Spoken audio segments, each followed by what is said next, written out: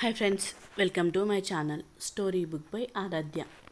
భర్త పాతకాలం నాటివాడని, మోడ్రన్గా ఉండడని, నీతో కాపురం చేయడం కన్నా సూసైడ్ చేసుకొని చనిపోవడం మేలని భర్తను ఘోరంగా అవమానించి విడాకులు తీసుకుంది భార్య. ఆ తర్వాత తన వస్తువులు తెచ్చుకోవడానికి అత్తగారింటికి వెళ్ళిన ఆ కోడలు అక్కడి దృశ్యాలు చూసి చలనం లేకుండా నిలబడిపోయింది. అసలు అక్కడ ఏం జరిగిందో ఈరోజు కథలో మనం తెలుసుకుందాం. 60 ఏళ్ల కల్పన ఉదయం నుండి విచారంగా ఉంది. ఆవిడకు ఏ పని చేయాలనిపించట్లేదు. కల్పనను విచారంగా చూస్తూ 80 ఏళ్ల ఆమె తండ్రి అడిగాడు, ఏమైంది కల్పన, చాలా విచారంగా కనిపిస్తున్నావు అని. నా కళ్ళ ముందే నా కొడుకు జీవితం నాశనం అవుతుంటే ఒక తల్లి సంతోషంగా ఎలా ఉండగలదు నాన్న? ఇద్దరిని సముదాయించాలని చూశాను.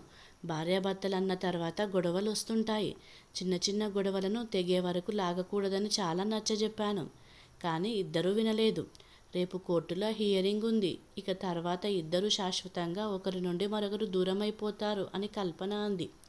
చూడు కల్పన, 25 ఏళ్ల క్రితం నువ్వు నీ భర్త నుండి విడాకులు తీసుకోవాలనుకున్నప్పుడు నేను మీ అమ్మ ఇలాంటి పరిస్థితులను ఎదుర్కొన్నాము. అప్పుడు మేము కూడా నిన్ను చాలా సముదాయించాము. నువ్వు మా మాట విన్నావా? అలాంటి నువ్వు నీ కొడుకు నీ మాట వినాలని ఎలా ఆశపడుతున్నావు? దీనినే చరిత్ర పునరావృతం అంటారు అంటూ కల్పన తండ్రి చెప్పారు. తండ్రి మాటలకు కల్పనకు 2 కళ్ళు చెమ్మగిల్లాయి. కల్పన, ఈ సమయంలో రోహన్కి నీ అవసరం ఉంది. నువ్వెళ్ళు, పని మనిషి వండుతుంది, నేను సర్దుకోగలను అన్నాడు కల్పన తండ్రి. నిజమే నాన్న, పని మనిషికి అన్నీ వివరించి రేపు ఉదయం నేను హైదరాబాద్ బయలుదేరుతాను అన్నది కల్పన. కల్పన తన భర్త సురేష్ నుండి విడాకులు తీసుకున్నప్పుడు కొడుకు రోహన్కు 10 సంవత్సరాలు. తల్లిదండ్రి విడిపోవడంతో రోహన్ లోపలే బాధపడేవాడు. కోపంతో తల్లితో కాస్త దూరంగా ఉండేవాడు. విడాకుల తర్వాత నుండి కొడుకుతో పాటు కల్పన పుట్టింట్లోనే ఉండేది. చదువు పూర్తయ్యాక రోహన్కు హైదరాబాద్లో బ్యాంకులో ఉద్యోగం వచ్చింది. అక్కడే ఇల్లు తీసుకుని సెటిల్ అయ్యాడు. నేటితో కల్పన విడాకులు తీసుకొని 25 ఏళ్ళు అయ్యింది. ఇన్ని సంవత్సరాల తర్వాత ఇప్పుడు కొడుకు కోడలు విడాకులు తీసుకోవాలనుకుంటున్నారు. మరుసటి రోజు ఉదయం కల్పన రోహన్ ఇంటికి చేరుకుంది. రోహన్ తలుపు తెరిచాడు. అప్పుడే లాయర్ నుండి రోహన్కి ఫోన్ వచ్చింది. కంగ్రాచ్యులేషన్స్ రోహన్, ఈరోజు ఖచ్చితంగా విడాకులు మంజూరవుతాయి. మీకు చట్ట ప్రకారం విడాకులు మంజూరైనట్టు డాక్యుమెంట్ కూడా అందుతుంది. ఆ తర్వాత మీరు, గీత గారు మీ బంధం నుండి విముక్తులవుతారు అన్నాడు. ఆ మాట వినగానే రోహన్ సరే అంటూ బాధతో ఫోన్ పెట్టేశాడు. అప్పుడే కల్పన రోహన్ భుజంపై చేయి వేసింది. ఇక తన బాధను దాచుకోలేకపోయాడు రోహన్. తల్లిని అత్తుకొని వెక్కి వెక్కి ఏడ్చాడు. ఇల్లు వదిలి వెళ్తున్నప్పుడు గీత అన్న మాటలు గుర్తొస్తున్నాయి. మనిద్దరం ఒక నదికి 2 వైపులా ఉండే ఒడ్డు లాంటి వాళ్ళము. కలవాలనుకున్నా ఎప్పటికీ కలవలేము అని గీత చెప్పింది. గీత నిజమే చెప్పింది. నది 2 వైపులా ఉన్న ఒడ్డు ఎప్పటికీ కలవవు. నేను జీవితంలో ప్రతి విషయాన్ని లోతుగా ఆలోచిస్తాను. ప్రతిదాన్ని అంత సీరియస్గా తీసుకోకూడదేమో. దాని కారణంగానే ఇవాళ నేను ఒంటరిగా మిగిలిపోయాను. అసలు ఆ రోజు గీతను వదిలి ఆఫీస్కి వెళ్ళకపోయి ఉంటే ఈరోజు చూడవలసి వచ్చేది కాదు అంటూ తల్లిని హత్తుకొని ఏడుస్తున్నాడు రోహన్. కొడుకు బాధను కల్పన అర్థం చేసుకోగలదు. ఎందుకంటే గతంలో తాను ఈ పరిస్థితుల్లో ఉన్నప్పుడు తన మనసు విరిగిపోయింది. ఆమె తన కొడుకును సముదాయిస్తూ, రోహన్, ఇంకా సమయం ఉంది, ఒకసారి గీతతో మాట్లాడి చూడు. ఎందుకంటే జీవితంలో ఒంటరిగా బ్రతకడం చాలా కష్టం. ఇలాంటి నిర్ణయం తీసుకునే నేను 25 సంవత్సరాలుగా బాధపడుతున్నాను అంది కల్పన. లేదమ్మా, ఈ విషయం గురించి ఆలోచించడానికి ఏం లేదు. ఈరోజు కోర్టు చట్టపరంగా విడిపోతున్నాము అంటూ కాసేపటికి తయారై రోహన్ కోర్టుకు వెళ్ళాడు. గీతను చూసి మాట్లాడాలని ప్రయత్నించాడు. కానీ గీత వాళ్ళ అమ్మ ఇద్దరి మధ్యలో గోడలాగా అడ్డుపడింది. కాసేపటికి జడ్జి విడాకులు మంజూరు చేస్తూ తీర్పు చెప్పారు. ఆ తర్వాత రోహన్ ఇంటికొచ్చాడు. కల్పన కొడుకు మొహం వైపు చూసింది. అతను బాధనంతా లోపల దాచిపెడుతూ, అమ్మ, కాసేపట్లో గీత వస్తుంది, తన మిగిలిన సామానంతా తీసుకెళ్లడానికి అంటూ తన గదిలోకి వెళ్ళిపోయాడు. గదిలోకి వెళ్ళి బీరువా తెరిచాడు. అందులో గీత చీరలు, వాచ్, ఇలా కొన్ని సామాన్లు చూశాడు. వాటిని చూసిన రోహన్ కళ్ళు చెమర్చాయి. ఎందుకు నేను ఇంత క్రమశిక్షణగా ఉండాలనుకున్నాను? అందుకే కదా నేను గీతకు నచ్చలేదు. పరిస్థితులకు అనుగుణంగా కాస్త నేను నా పద్ధతి మార్చుకున్నా ఇవాళ నేను గీత కలిసి ఉండేవాళ్ళము అని అనుకుంటున్నాడు రోహన్. తన సామాను తీసుకోవడానికి వస్తున్న గీత మనసులో కూడా ఎన్నో ప్రశ్నలు. ఎదుటి వ్యక్తి గురించి తెలుసుకునే లోపే నా నుండి దూరమైపోతున్నారు. ఇద్దరం కలిసున్నప్పుడు నిన్ను అర్థం చేసుకోలేకపోయాను. చాలా ఆలస్యమైపోయింది. నువ్వు లేకుండా బ్రతకడం చాలా కష్టం అనుకుంటూ గీత గతాన్ని గుర్తు చేసుకుంది. రోహన్, గీత ఒకే కాలేజీలో చదివారు. చాలా బాగా చదివేవారు. Rohan first year. Rohan result చూసి గీత రోహన్తో స్నేహం చేసింది. రోజులు గడుస్తూ ఇద్దరు ఒకరినొకరు ఇష్టపడ్డారు. కానీ ఇద్దరిలో ఎవరు తమ మనసులో మాటను బయట పెట్టలేదు. ఒకరోజు కాలేజ్లో గీత రోహన్ వద్దకు వెళ్ళి, రోహన్, మన స్నేహాన్ని ఒక బంధంలోకి మారుద్దామా? నా జీవితాన్ని నీతో పంచుకోవాలనుకుంటున్నాను అని అడిగింది గీత. వెంటనే గీత చేతిని తన చేతిలోకి తీసుకొని, నువ్వంటే నాకు చాలా ఇష్టం గీత, మనం పెళ్లి చేసుకుందాము అన్నాడు రోహన్. ఇద్దరూ పెళ్లి చేసుకోవాలనుకుంటున్నారు. కానీ ఇద్దరూ వేరువేరు కులాలకు చెందినవారు. అందుకే ఇద్దరి పెళ్లి జరగడం అంత ఈజీ కాదు. రోహన్ కుటుంబ సభ్యులు ఒప్పుకున్నారు. కానీ గీత తల్లిదండ్రి పెళ్లికి ఒప్పుకోలేదు. కానీ రోహన్ని పెళ్లి చేసుకోకపోతే చావడానికైనా సిద్ధం. కానీ మరో పెళ్లి చేసుకోనని గీత స్పష్టం చేయడంతో గీత తల్లిదండ్రి అయిష్టంగా పెళ్లికి ఒప్పుకున్నారు. ఇరు కుటుంబాలు ఒప్పుకున్న తర్వాత 2 నెలలకు ఇద్దరికి పెళ్లి జరిగింది. తర్వాత ఇద్దరు హైదరాబాద్ వెళ్ళారు. మొదటిసారి గీత తన ఇంట్లో అడుగు పెడుతున్నప్పుడు భార్య అడుగుల గుర్తులు పేపర్ మీద పెట్టించాడు రోహన్. 2 రోజులకు ఆ పేపర్ను ఫ్రేమ్ కట్టించి ఇంట్లో పెట్టాడు. ఎందుకు రోహన్ ఇవన్నీ అని గీత అడిగితే, నీ తల్లిదండ్రులతో గొడవ పడి మరీ నాతో జీవించడానికి వచ్చావు. ఇన్ని రోజులు మీ అమ్మ నాన్న నీకిచ్చిన ప్రేమ సంతోషం కంటే ఎక్కువగా నేను నిన్ను ప్రేమగా సంతోషంగా చూసుకోవాలనుకుంటున్నాను. అందుకే ఇదంతా అన్నాడు రోహన్. గీత చాలా సంబరపడింది. మరుసటి రోజు నుండి ఉదయాన్నే లేవడం, ఇంటి పనులన్నీ చేసేసి స్నానం చేసి పూజ చేసి అప్పుడు గీతను నిద్రలేపేవాడు రోహన్. గీత, నీకోసం టీ తెచ్చాను అంటూ భార్యను నిద్రలేపేవాడు రోహన్. నువ్వు ఆఫీస్కి వెళ్ళాక నేను పని చేసుకుంటాను కదా, ఎందుకు ఇంత ఉదయాన్నే చేసేస్తావు అనేది గీత. ఎలాగో ఎక్సర్సైజ్ చేయడానికి సూర్యోదయం కంటే ముందే నిద్రలేస్తాను. ఎక్సర్సైజ్ తర్వాత ఇంటి పని చేయడం అలవాటు గీత. సమయానికి పనులన్నీ చేయడం నాకు చాలా ఇష్టం. అయినా ఇందులో నా స్వార్థం కూడా ఉంది అన్నాడు రోహన్. స్వార్థమా అన్నది గీత. ఇంటి పనుల వలన ఎక్సర్సైజ్ అయిపోతుంది. అలాగే శ్రీమతి గారి పని కొంచెం తగ్గిస్తే లాభం కదా అన్నాడు రోహన్. ఇదన్నమాట విషయం అంటూ నవ్వింది గీత. ఇల్లు మనిద్దరిది కాబట్టి కాస్త పని చేస్తే ఏమవ్వదు అన్నాడు రోహన్. అయినా భార్యను నేనుండగా ఇంటి పని మీరు చేయడం ఏంటి? దానికి నేను ఒప్పుకోను అంది గీత. భార్యను కష్టపెట్టకుండా చూసుకున్న వాడే భర్త అన్నాడు రోహన్. రోహన్ సాయంత్రం అమ్మా నాన్న ఇంటికొస్తున్నారు. త్వరగా ఆఫీస్ నుండి వచ్చాయి అన్నది గీత. తప్పకుండా వస్తాను. అలాగే అత్తయ్య మామయ్య కోసం నా చేతులతో వంట చేసేస్తాను అంటూ ఆఫీస్కి వెళ్ళాడు రోహన్. సాయంత్రం గీత అమ్మా నాన్న వచ్చారు. రోహన్ కూడా ఆఫీస్ నుండి త్వరగా వచ్చేశాడు. అత్త మామయ్యల ముందు రోహన్ వంట చేయడం, అలాగే రోహన్ గీతను పని చేయకుండా వెళ్ళి మీ అమ్మా నాన్నలతో టైం స్పెండ్ చేయి అనడం, ఇవన్నీ చూసిన గీత అమ్మా నాన్న, పెళ్ళికి ముందు రోహన్ గురించి తప్పుగా అనుకున్నాం, కానీ అల్లుడు గారు చాలా మంచివారు, అమ్మాయిని బాగా చూసుకుంటున్నారు అని అనుకోకుండా ఉండలేకపోయారు. రోజులు గడుస్తున్నాయి. ఒకనాడు రోహన్ ఆఫీస్ నుండి వచ్చేటప్పటికి హాల్లో గీత మొబైల్ చూస్తూ భర్తను పట్టించుకోలేదు. తన స్నేహితులతో గ్రూప్లో చాట్ చేస్తోంది. ఇంటికొచ్చిన రోహన్కు ఏదో మాడుతున్న వాసన వచ్చి వెంటనే కిచెన్లోకి వెళ్ళి చూశాడు. స్టవ్ మీద కర్రీ మాడిపోతుంది. స్టవ్ ఆఫ్ చేసి వచ్చిన రోహన్ కోపంగా, గీత, కర్రీ మాడిపోతుంది, అది పట్టించుకోకుండా ఫోన్లో చూస్తున్నావా? ఎన్నిసార్లు చెప్పాను రోజంతా ఫోన్ చూడొద్దు అని, కోపంగా అన్నాడు రోహన్. ఎప్పుడు చూడు ఫోన్ అంటావు. నేను ఫోన్ చూస్తే నీకెందుకంత ఇబ్బంది? ప్రతిరోజు నా ఫోన్ గురించి, నా సోషల్ అకౌంటు, ఫేస్బుక్ గురించి కామెంట్ చేస్తూ ఉంటావు. ప్రపంచాన్ని చూడు, ఒక్కసారి ఎక్కడి నుండి ఎక్కడి దాకా చేరిందో. అసలు ప్రపంచంలో ఎప్పుడైనా ఏం జరుగుతుందో తెలుసుకున్నావా? ఈ వయసులో అందరూ వాళ్ళ ఫోటోలు తీసి ఇన్స్టా, ఫేస్బుక్లో పోస్ట్ చేస్తారు. అయినా నీకు అసలు వాటి గురించే తెలియదు.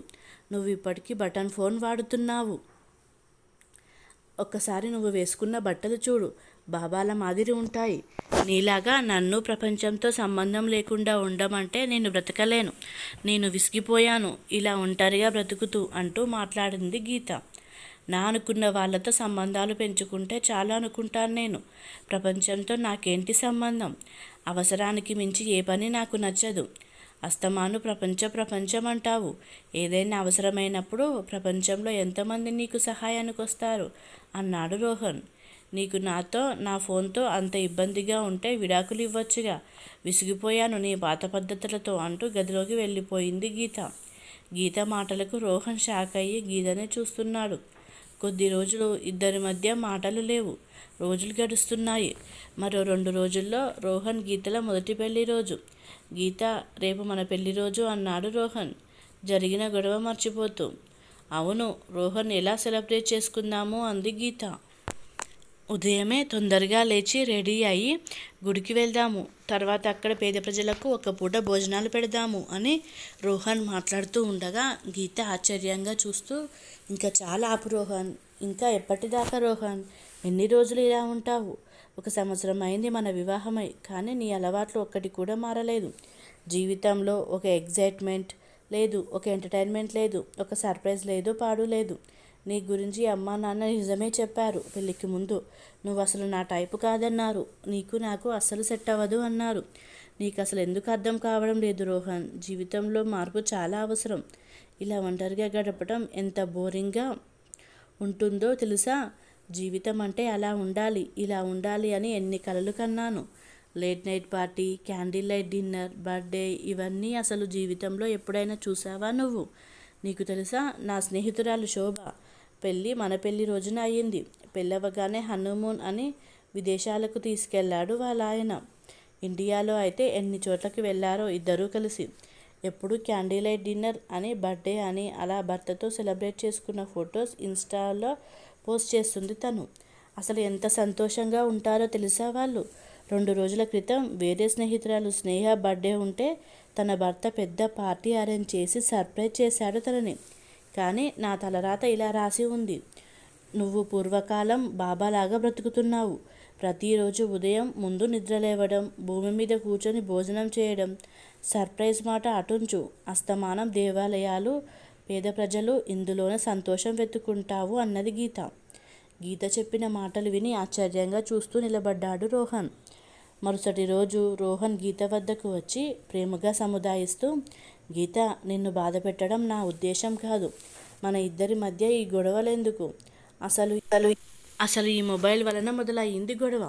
అవసరమైనప్పుడు సహాయానికి రాని ఫేస్బుక్ పరిచయాలు ఎంకరేజ్ చెయ్యను నేను. దూరం నుండి చూస్తే మనకు వేరే వాళ్ళు వారి జీవితాలలో సంతోషంగా ఉన్నట్టు కనిపిస్తుంది. ప్రతి ఒక్కరూ వాళ్ళు హ్యాపీగా ఉన్నప్పుడే ఫోటోలు పెడతారు. బాధలో లేదా గొడవ పడ్డప్పుడు ఫోటోలు పెట్టరు కదా. అందుకే సంతోషంగా కనిపించే వాళ్ళందరూ జీవితంలో హ్యాపీగా ఉన్నారు అనుకోలేము. చిన్న విషయానికి విడాకులు తీసుకోవాలనుకునే అంత దూరం ఆలోచించకూడదు. ఇక నుండి చిన్న చిన్న వాటికి గొడవ పడి మాట్లాడకుండా ఉండటం ఎందుకు చెప్పు? నేను ఆఫీస్కి బయలుదేరుతున్నాను. సాయంత్రం ఇంటికి తిరిగి వచ్చేటప్పటికి నాకైతే ఈ పాత గీత కనపడాలి అంటూ ఆమె నుదుటిపై ముద్దు పెట్టి ఆఫీస్కి బయలుదేరిపోయాడు రోహన్. కానీ సాయంత్రానికి తిరిగి వచ్చేటప్పటికి గీతను చూసి ఆశ్చర్యపోయాడు. ఎందుకంటే గీత తన బ్యాగ్ సర్దుకుంటుంది. గీత, ఎక్కడికన్నా వెళ్తున్నావా? పుట్టింటికి వెళ్తున్నావా అని అడిగాడు రోహన్. అవును అని సమాధానం ఇచ్చింది గీత.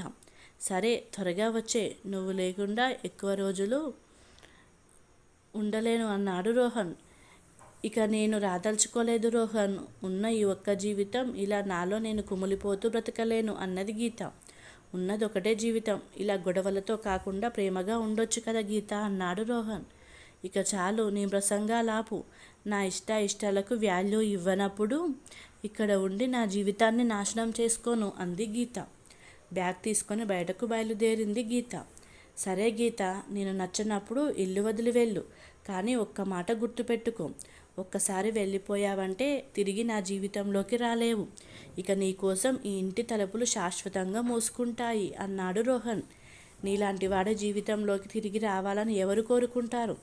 నీలాంటి వాడితో జీవితం గడపడం కంటే సూసైడ్ చేసుకొని చావడం మేలు అంటూ ఇంటి నుండి బయటకు వెళ్ళిపోయింది గీత. చివరికి విషయం విడాకుల దాకా వచ్చింది. అలా గతాన్ని గుర్తు చేసుకుంటూ ఉన్న గీత రోహన్ ఇంటి బయట కారాగిన తర్వాత డ్రైవర్ పిలుపుతో వర్తమానంలోకి వచ్చింది గీత. కార్ దిగి లోపలికి వచ్చి బెల్ కొట్టింది. పక్కనే ఉన్న నేమ్ బోర్డ్ చూసింది గీత. గీతా రోహన్ నివాసం అని రాసుంది.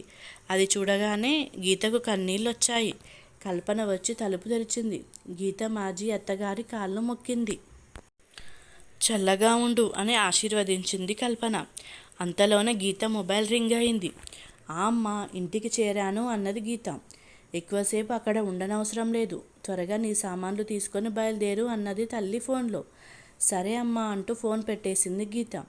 ఇంటి లోపలికి రాగానే గీతకు ఎదురుగా తను మొదటిసారిగా ఇంటికి వచ్చినప్పుడు కాలుగుర్తుల ఫోటో ఫ్రేమ్ చూసింది.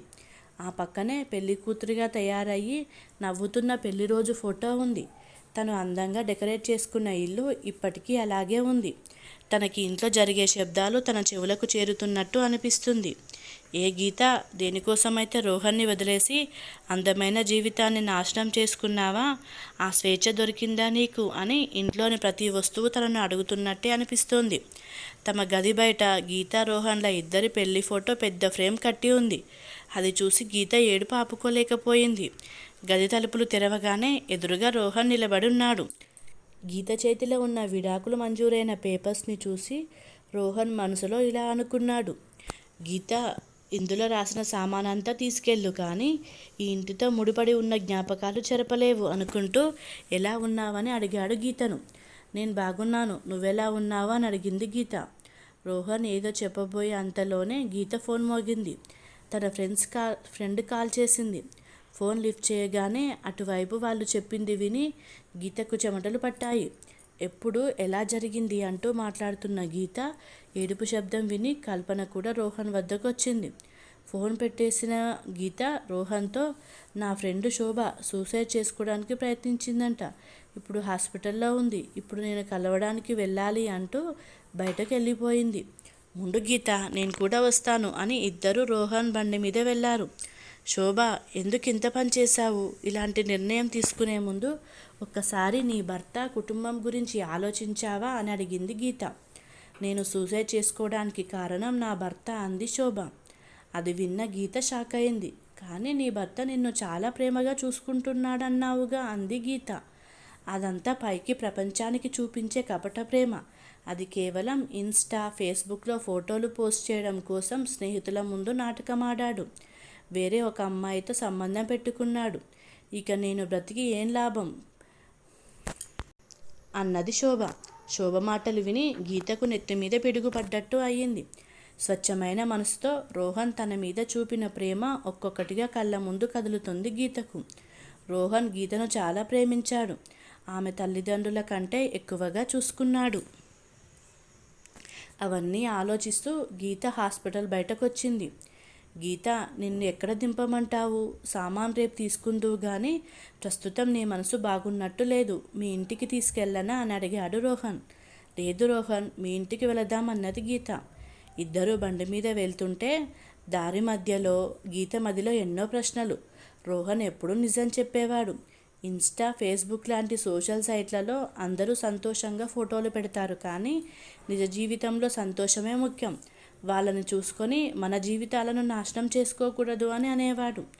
దారిలో రెడ్ లైట్ పడడంతో బండి ఆపాడు రోహన్. పక్కనే కొత్తగా పెళ్ళైన దంపతుల బండి వచ్చి ఆగింది. ఆ అమ్మాయి అతన్ని గట్టిగా కౌగిలించుకొని కూర్చోవడం చూసి గీత పాత రోజులు గుర్తు చేసుకుంది. మనల్ని ప్రేమగా చూసుకునే వాళ్ళు దొరకడం అదృష్టం అనుకుంది. కాసేపటికి రోహన్ ఇంటికి చేరుకున్నారిద్దరు. నీ సామాన్లు అవి తీసుకో అన్నాడు రోహన్. నీతో మాట్లాడాలన్నది గీత. చెప్పు గీత అన్నాడు రోహన్. నువ్వు చెప్పింది నిజం రోహన్. బయటకు కనబడేంత సంతోషంగా నిజ జీవితంలో ఎవరూ ఉండరు. నన్ను క్షమించు, నువ్వు చెప్పింది అర్థం చేసుకోలేకపోయాను. మన బంధాన్ని కొత్తగా మొదలు పెడదామా అని అడిగింది గీత. గీత చేతిలోని విడాకుల పేపర్ తన చేతిలోకి తీసుకొని ముక్కలు ముక్కలుగా చింపేసి పడేశాడు రోహన్. గీతను కౌగిలించుకొని, నువ్వు నేను ఎప్పటికీ విడిపోము అన్నాడు రోహన్. కొడుకు కోడల్ని చూసి కల్పన కళ్ళల్లో ఆనంద బాష్పాలు కారాయి.